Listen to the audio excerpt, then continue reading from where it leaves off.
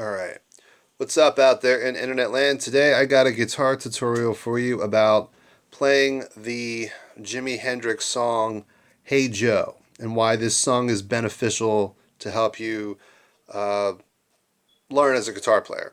Alright, so Hey Joe is an old folk song. The best known recorded version is Jimi Hendrix, of course. Jimi Hendrix rocked it up and really, you know, bluesed it up too. His version is the most well known, but that song was actually written, a couple of years prior.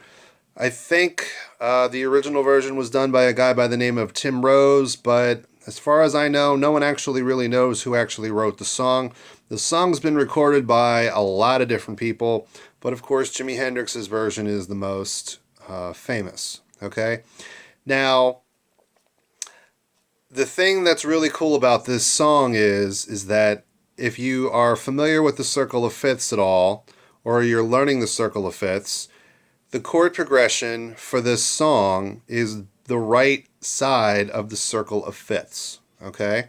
So to play this song, you're going to need 5 chords. Okay? You're going to need your C chord, you're going to need your G chord, you're going to need your D chord, your A chord, and your E chord. Alright, and what Hendrix does is he throws the E7 in.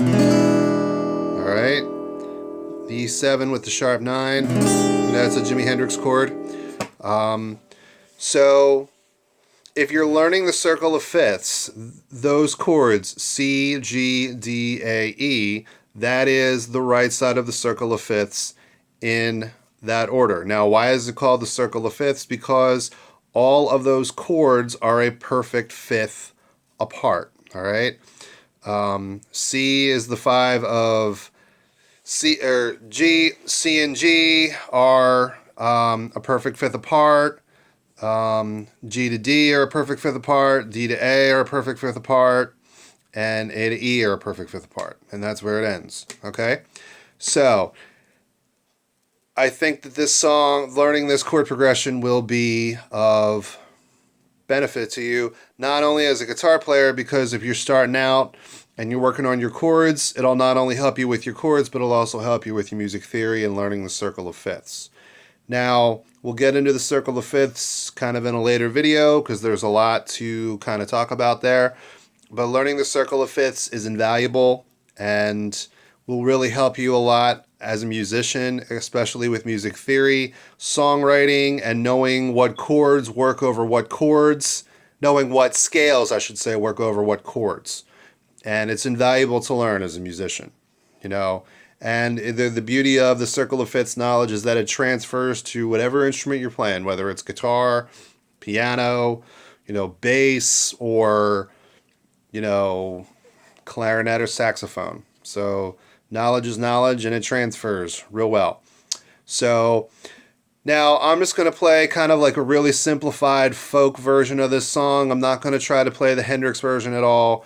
Jimi Hendrix throws in a lot of the E minor pentatonic riffs, and that's Jimmy really jazzed it up. I'm not going to do that. I'm just going to play a basic kind of version of the song, a basic version of the song. Now, I'd recommend taking this chord progression real slow. If you're new to it, you're going to play C, G, D, and A 4 times, and then you're going to play E 8 times, and then you're going to play E 8 times again. Okay?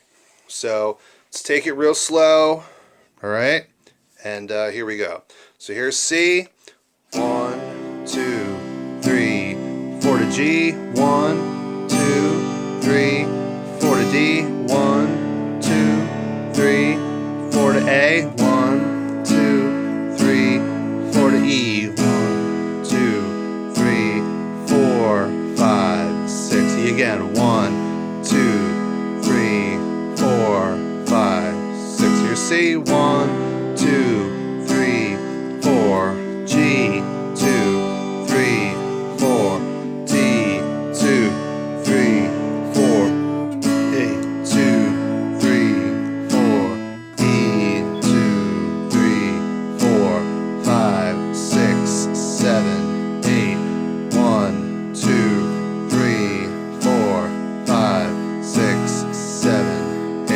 Okay? Now, what I like to do, kind of, if I'm going to play I play this song in my repertoire when I play live, or I go to an open mic, or I play like a solo acoustic gig, or even a gig with my band.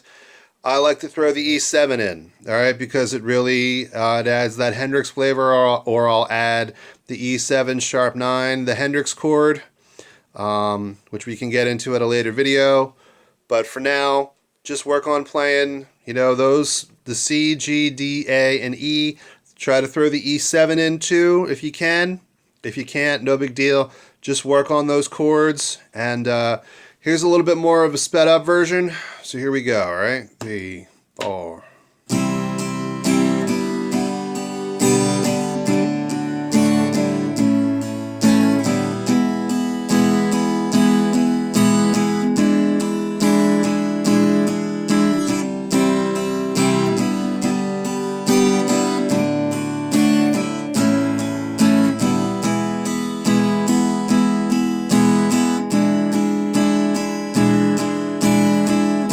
On the E. And to play the E7, all I'm doing, I'm just adding my pinky there. I can get my middle finger to cover the second fret of the A and the D string, okay? But if you have to play your E this way, you can also play it that way too. If you can't play that E7, you can play your regular E shape. Just take your ring finger off. You can play that shape too, okay? All right? That adds kind of a little jazzy flavor too. Hey, and if you're feeling ambitious, try to use both voicings, all right? And, you can vary it up. So I recommend strongly learning this song. It'll help you learn the circle of fifths. It'll help you with your chords, and it's also a cool song to play. It's a song that everybody knows. It's probably one of Jimi Hendrix's, most well-known songs, in addition to Wind Cries Mary and all of his version of All on the Watchtower and etc. So I hope this video helps you out in some way. If you like this video, please like and subscribe. God bless, and I'll see you soon. Peace out. Bye-bye.